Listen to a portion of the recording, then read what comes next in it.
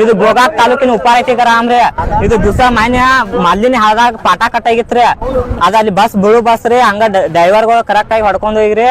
ಅಲ್ಲಿ ನಡು ಹೋಗಿ ನೋಡ್ರಿ, ಅಲ್ಲಿ ಮಾಲಿನ್ಯ ಕ್ರಾಸ್ದಾಗ ಒಂದ್ ತಾಸ್ ನಿಂತು ರೀ. ಅಲ್ಲಿ ಬೇರೆ ಬಸ್ಗೆ ಹತ್ತಿಸ್ಬೇಕಾರ ಬೇರೆ ಬಸ್ದಾರ ತರಬ್ಲಿಲ್ರಿ. ಅವತ್ ಪಾಠ ಕಟ್ಟಾಗಿತ್ರಿ. ತಂದಿದ್ರು ಅವ್ರ ಅವಾಗ ಬಿಡ್ತು ಅಂತ ಹೇಳ್ತಾರಿ. ಹಿಂದಾಡ್ಸಿ ಬಿಡಂಗಿಲ್ರಿ. ಹೊಸ ಬಸ್ ಬಿಡ್ಬೇಕ್ರಿ. ದಿವಸ ಎರಡ್ ಬಸ್ ಬಿಡ್ಬೇಕ್ರಿ. ಇಂಜನ್ ಎಲ್ಲ ಕೆಟ್ಟೈತ್ರಿ. ದಿನಕ್ಕೆ 4 ಸಲ ಕೋಟ ಹಾಕೈತ್ರಿ. ಒಂದು ಜನ ಬಂದಿಲ್ರಿ. ನಮ್ಮ ಊರಿಗೆ ಹೊಸ ಬಸ್ ಬಿಡ್ಬೇಕ್ರಿ. ಇದ ಕೋಟಾ ಬಸ್ ಐತಿ. ನಮ್ಮ ಊರಿಗೆ ಹೊಸ ಬಸ್ ಬಿಡ್ರಿ. ಜೀಪ್ ಗಾಯ್ ತಗೊಂಡ್ರೆ ಮನ್ಯಾಗ ರೊಕ್ಕಾನು ಕೊಡಂಗಿಲ್ರಿ. ಕಾಲೇಜ್ಗೆ ಲೇಟ್ ಮಾಡಿ ಹೋದ್ರೆ ಪ್ರಿನ್ಸಿಪಾಲು ಬೈತಾರ್ರಿ. ಹಿಂಗಾದ್ರೆ ನಮ್ಮ ಊರಿಗೆ ಹೊಸ ಬಸ್ ಬಿಡ್ಮಟ ಹೊಸ ಬಸ್ ಬಿಡಂಗಿಲ್ರಿ. ಮಾಡಿದ್ರಿ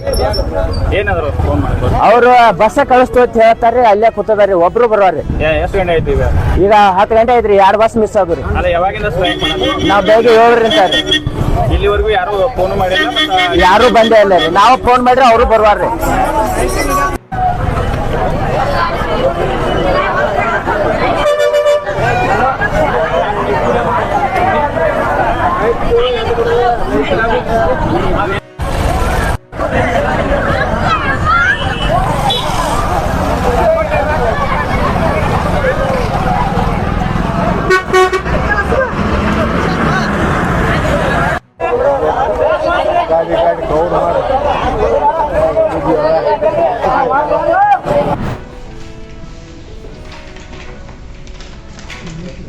ಒಂದು ಇತಿಹಾಸ ಪುಟಕ್ಕೆ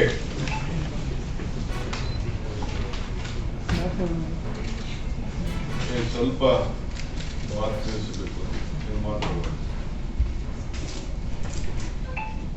ಕರ್ನಾಟಕ ರಾಜ್ಯದ ಇತಿಹಾಸ ಪುಟಕ್ಕೆ ಇಡೀ ಭಾರತ ದೇಶ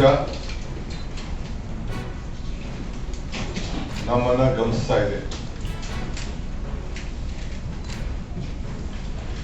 ಅಟಲ್ ಬಿಹಾರಿ ವಾಜಪೇಯಿ ಅವರ ಹೇಳಿದ ಮಾತು ಕೂಡ ತಮಗೆಲ್ಲ ನೆನಪಿರ್ಬೇಕು. ಇದೇ ವಿಧಾನಸೌಧದಲ್ಲಿ ಬಂದು ವಿಶ್ವದ ಅನೇಕ ನಾಯಕರುಗಳು ದೆಹಲಿ ಹೋಗಿನ ಮುನ್ನ ಬಂದು ಕರ್ನಾಟಕಕ್ಕೆ ಬಂದು ಬೆಂಗಳೂರು ಬಂದು ಹೋಗ್ತಾ ಇದ್ದಾರೆ. ಮೊನ್ನೆ ಕೂಡ ಪ್ರೈಮ್ ಮಿನಿಸ್ಟರ್ ರೈಲ್ವೆ ವಿಚಾರಕ್ಕೆ ಬಂದಾಗ